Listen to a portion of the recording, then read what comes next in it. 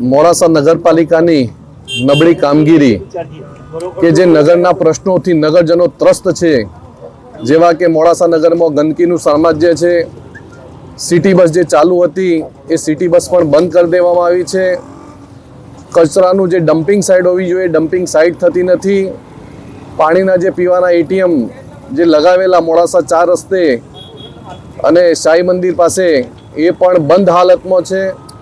ગંદકીનું સામ્રાજ્ય તો મોડાસા નગરપાલિકામાં ઠેર ઠેર જોવા મળે છે। નગરપાલિકા જે રિવરફ્રન્ટની ખૂબ મોટી જાહેરાતો કરેલી એ રિવરફ્રન્ટ પણ હજુ કોઈ એનું અસ્તિત્વ નથી। સાથે સાથે સીસીટીવી પણ બંધ છે। મોડાસા નગરપાલિકાની હસ્તક જે મોડાસા 4 રસ્તા છે ત્યાં જે સિગ્નલની સુવિધા લાખો રૂપિયા ખર્ચી અને જે નાખવામાં આવે આજે એ ટ્રાફિકની સમસ્યા પણ જસેથી છે। એટલે મોડાસા નગરજનો મોડાસા નગરપાલિકાની કામગીરીથી બિલકુલ ત્રસ્ત આવી ગયા છે। એટલે મોડાસા નગરપાલિકાના જે શાસક પક્ષની ઓખ ઉગાડવા માટે કોંગ્રેસ પરિવાર દ્વારા આજે ધરણાનો કાર્યક્રમ યોજવામાં આવ્યો છે। મોડાસા નગરપાલિકા કાઉન્સિલર વોર્ડ નંબર 9 ના કાઉન્સિલર છું।